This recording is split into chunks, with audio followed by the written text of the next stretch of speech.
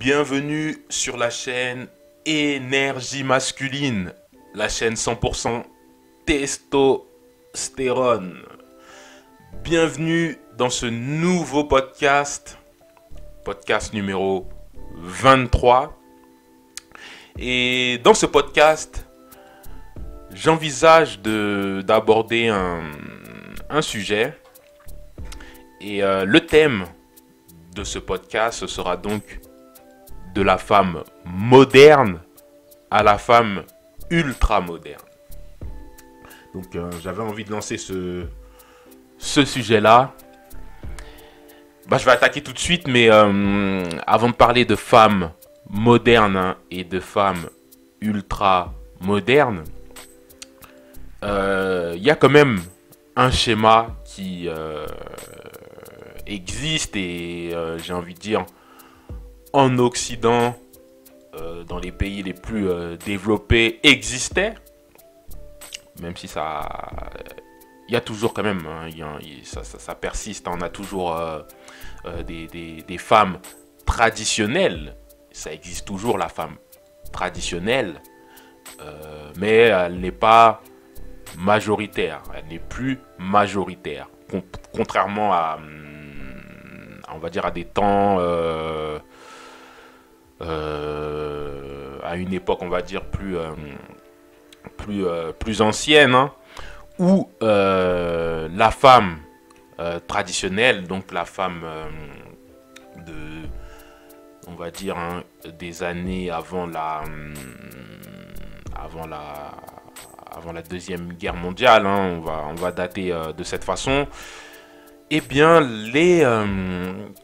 la femme donc traditionnelle, hein, elle avait pour rôle, hein, principaux rôle, hein, de s'occuper avant tout des tâches ménagères, des tâches liées au bon fonctionnement du foyer, c'est-à-dire également l'éducation des enfants.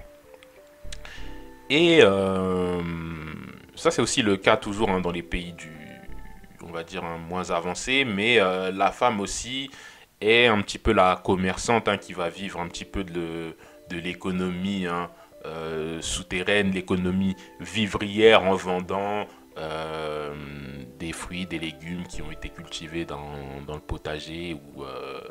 Globalement, ça, c'est l'image un peu de la femme traditionnelle, hein. Elle est un peu, elle s'occupe avant tout du foyer, du ménage, des enfants, et elle peut s'adonner à une activité de commerçante pour vendre des fruits, des légumes, ou bien d'autres types de produits. Et en général, la femme traditionnelle, c'est une femme qui va se marier assez tôt. Et une fois mariée, elle part habiter donc chez son mari ou bien dans la famille de son mari. Ça, c'est particulièrement le cas en Afrique, hein. Je m'y étais rendu il n'y a pas très longtemps.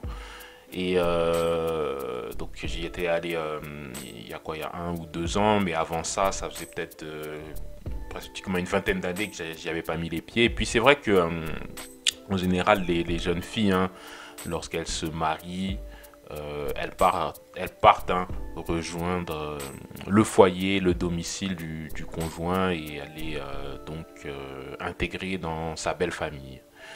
Donc comme autre attribut de la femme traditionnelle que je pourrais rajouter, hein, eh bien, elle est soumise à son mari. En général, elle obéit à son mari. Et donc oui, le schéma de la femme traditionnelle, je dirais que, comme je l'ai déjà dit, donc c'est pas un schéma qui est majoritaire dans les pays occidentalisés ou dans les pays avancés, mais par contre dans les pays du tiers-monde, c'est plutôt le schéma majoritaire. Et donc ceci dit, qui dit couple avec femme traditionnelle dit pas forcément que ça marche à tous les coups, hein. Il peut y avoir aussi des dysfonctionnements, hein, dans les couples, on va dire, traditionnels. Mais ce qui fait que ça tient plus, hein, les couples traditionnels où la femme reste à la maison, s'occupe du foyer, des enfants. C'est le fait qu'en général, dans ces schémas, la présence de la religion est forte. Donc la religion occupe une place importante, hein, et ça peut très bien être une religion dans toutes même les religions monothéistes ou même dans les autres types de croyances, hein. En général, c'est la religion qui fait que le couple, hein, parvient à se maintenir, hein. Donc ça peut être aussi bien dans le judaïsme, dans la chrétienté, dans l'islam, hein.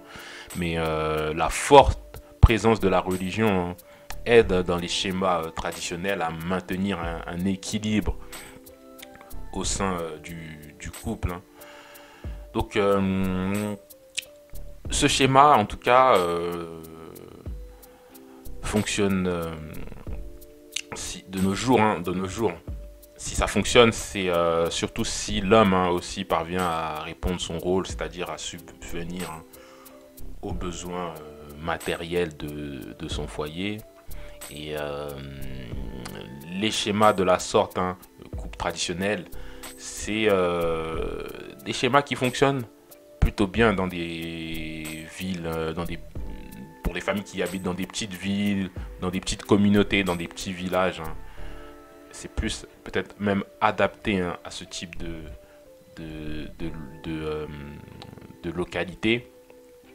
Et en fin de compte, si je dois essayer de citer une génération qui est plus ou moins concernée par cette forme, hein, ou en tout cas qui concerne, hein, plus la femme traditionnelle, je dirais que les personnes, hein, c'est la génération des baby boomers, donc des personnes qui sont nées entre 1945 et 1965, on va dire, pour lequel le schéma de la femme traditionnelle est le plus parlant, j'ai envie de dire ainsi, hein. Voire même peut-être les générations qui se trouvent avant. Donc après la femme, hein, traditionnelle, il y a, on va dire, la femme moderne qui a commencé à prendre naissance. Et le principal marqueur du passage à la femme moderne, je dirais que c'est le droit de travail des femmes. Donc surtout dans les pays, on va dire, avancés, c'est vraiment le fait que les femmes soient autorisées, hein, à travailler sans forcément avoir le consentement de leur mari, qui fait que on rentre dans une nouvelle ère. Donc là, on passe de la femme au foyer à la femme employée. Donc la femme, elle est autorisée, hein, à travailler d'abord, hein, j'imagine à l'époque c'était d'abord, hein, dans des travaux de type ouvrier. Et maintenant même, hein, le marché du travail, hein, est beaucoup plus ouvert aux femmes, même si elles se plaignent, hein, toujours, hein, de ne pas être récompensées à la même hauteur que les hommes. Mais ceci dit, le fait que les femmes, donc, hein, aient eu le droit de travailler, donc ça a donc marqué, on va dire, une nouvelle ère. Et ça, si on doit dater le droit de travail des femmes, il me semble, j'ai pas la date exacte, mais ça doit au moins dater, hein, si je me positionne à l'échelle de la France, des années 60, si je ne me trompe pas. On va dire après la guerre, après la Deuxième Guerre mondiale. Et donc, hein, désormais, le travail, le marché du travail, donc, est beaucoup plus accessible pour les femmes. Et désormais, hein, et ça aussi c'est plus l'époque qui veut ça, mais hommes, hein, comme femmes, on est plus amené à faire des études longues. Et donc les études longues, hein, donnent aussi la possibilité aux femmes d'occuper des emplois plus qualifiés. Ensuite, le deuxième marqueur de la femme moderne, que je voulais noter, c'est le fait que, et c'est pas des moindres, hein, c'est le fait que les possibilités par rapport à la contraception sont plus larges. Donc désormais, hein, les femmes, bon, il y a eu l'invention de la pilule, ça qui a beaucoup, on va dire, qui a un peu transformé les mœurs au niveau sexuel. Et même, hein, il y a la possibilité de pouvoir, hein, avorter aussi, qui est un autre moyen de contraception aussi disponible, hein, pour la femme moderne. Et du coup, le fait d'avoir, hein, ces outils de contraception fait aussi que les femmes peuvent un peu profiter un peu plus longtemps de leur jeunesse. Donc elles vont un peu plus, on va dire, s'amuser ou faire un petit peu leur vie de jeune fille. Et d'autant plus avec l'urbanisation et le développement des grandes villes, hein, et le fait donc d'habiter dans les grandes villes fait qu'il peut y avoir une activité nocturne, les activités de loisirs qui font aussi que voilà, après le travail, bah, les femmes, elles ont besoin aussi de sortir dans les bars, sortir se détendre, sortir aller en boîte de nuit, etc. Bon, ça fait partie de la jeunesse. Également aussi, les femmes, la femme moderne, hein, a envie d'aller voyager, d'aller se balader, de parcourir et découvrir le monde. Et ça, tout ça, ça retarde, ça retarde l'âge du mariage, hein. J'ai pas pris les statistiques, mais ça c'est un fait, hein, que l'âge du mariage est toujours reculé, est toujours de plus en plus reculé, de même que l'âge du premier enfant qui survient toujours, hein, de plus en plus tardivement chez la femme. Donc malgré ça, hein, la femme moderne un peu aussi, hein, mais peut-être plus tardivement, hein, se mettre en couple, en relation, et il va y avoir, hein, surtout si elle travaille, un équilibre à trouver entre sa vie de travail, sa vie professionnelle et puis sa vie de famille. Mais ça, c'est pas toujours évident de gérer aussi pour une femme, hein, la vie de famille et la vie de travail. D'autant plus pour les femmes qui prennent vraiment à cœur leur travail et qui, j'ai envie de dire, qui sont aussi des carriéristes, hein. Puisqu'il y en a des femmes qui mettent leur travail, hein, au centre de leur vie, hein. Leur travail, ça passe vraiment en premier, et le reste, c'est du secondaire. Donc, ce schéma-là de la femme moderne, j'ai envie de dire que ça a concerné la génération X, plutôt des femmes qui sont nées entre 1965 jusqu'à 1980, mais c'est aussi un schéma, hein, qui concerne des femmes qui sont nées après les années 80. Mais pour la génération qui suit, hein, et c'est là où je vais en venir, je pense que la femme moderne telle que je vous l'ai décrit est en train de laisser sa place à la femme que moi je qualifie d'ultra moderne. Et le marqueur pour moi de la femme ultra moderne, le marqueur, hein, vraiment de ce concept, c'est quoi? C'est Internet. Donc Internet, ça a quand même, et encore plus, ça s'est encore plus accéléré, hein, on va dire ces 10 dernières années. Ça a vraiment modifié les modes de pensée et aussi les modes la façon de se comporter de la femme. Pour les hommes aussi, hein, il y aura peut-être des choses à dire, hein, mais là le sujet il est pour les femmes. Et je pense que l'avènement des réseaux sociaux, hein, a joué un grand rôle dans ça, hein, Au point que, par exemple, là, je suis toujours stupéfait hein, quand je me balade dans la rue. C'est quelque chose que j'ai remarqué hein, depuis un moment, c'est que lorsque je vois hein, les jeunes filles, hein, surtout en train de marcher, je les vois scotchées hein, sur leur smartphone et je suis impressionné hein, quand je me balade de voir le nombre de femmes qui sont scotchées tout en marchant sur leur smartphone. Hein. Limite, c'est on se demandait si elles arrivent à voir en face d'elles ou à côté d'elles, mais vraiment, ce qui se passe hein, sur la toile, sur les réseaux sociaux, sur Internet, a, on va dire, bouleversé hein, la façon de se comporter des femmes.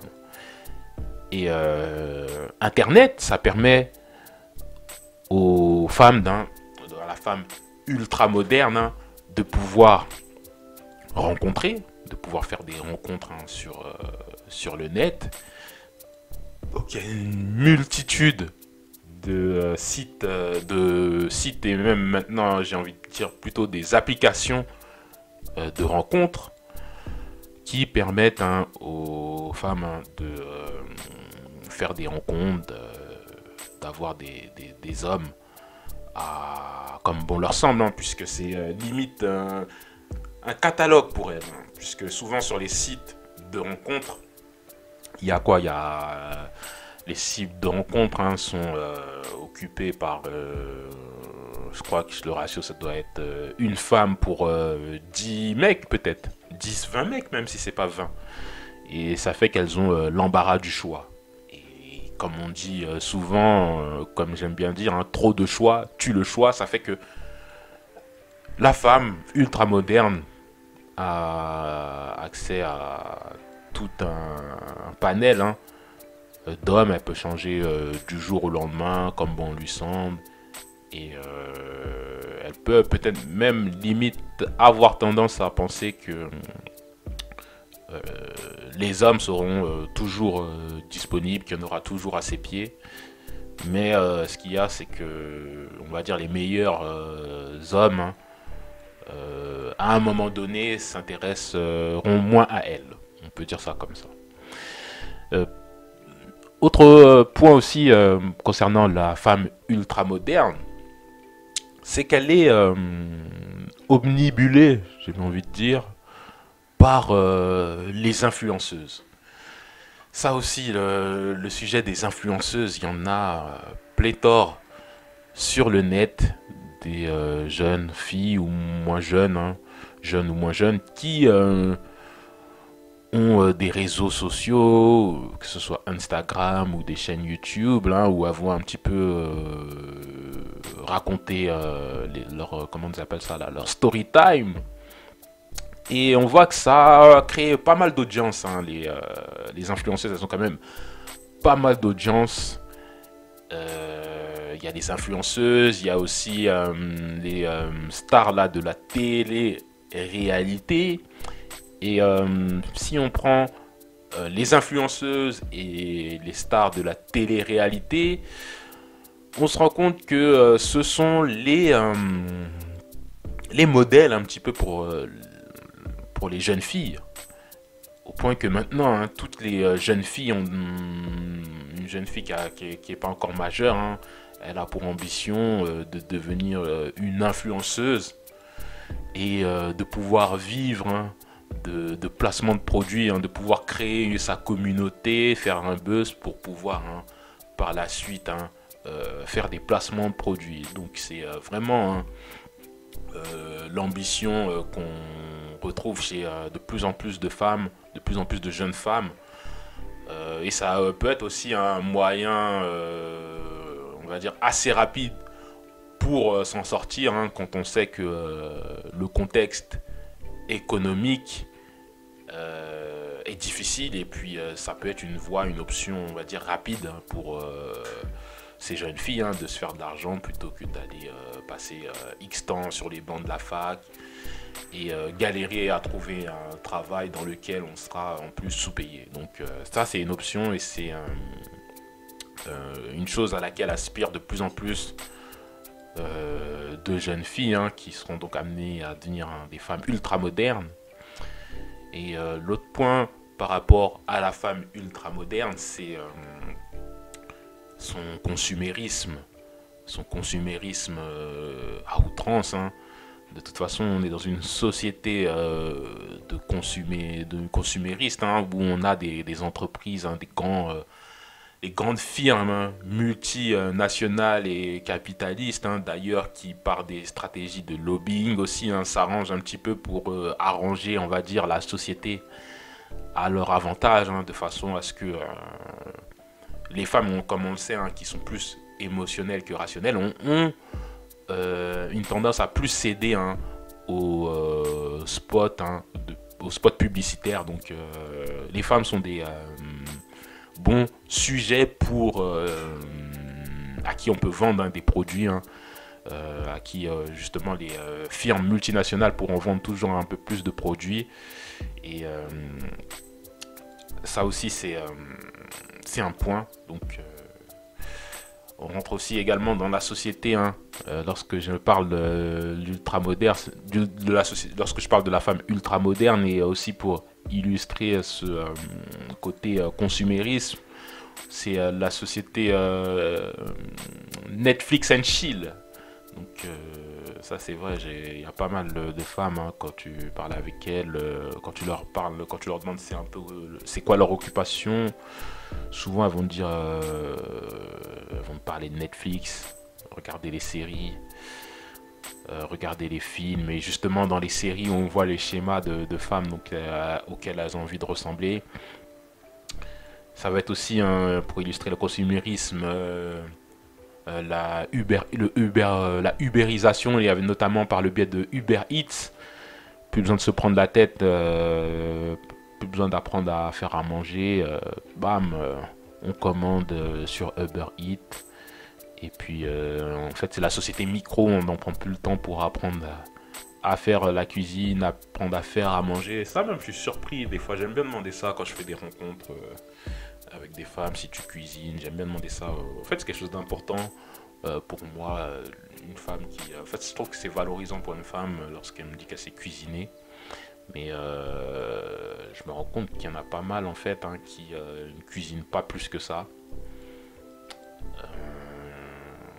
C'est dommage, puisque c'est une qualité importante.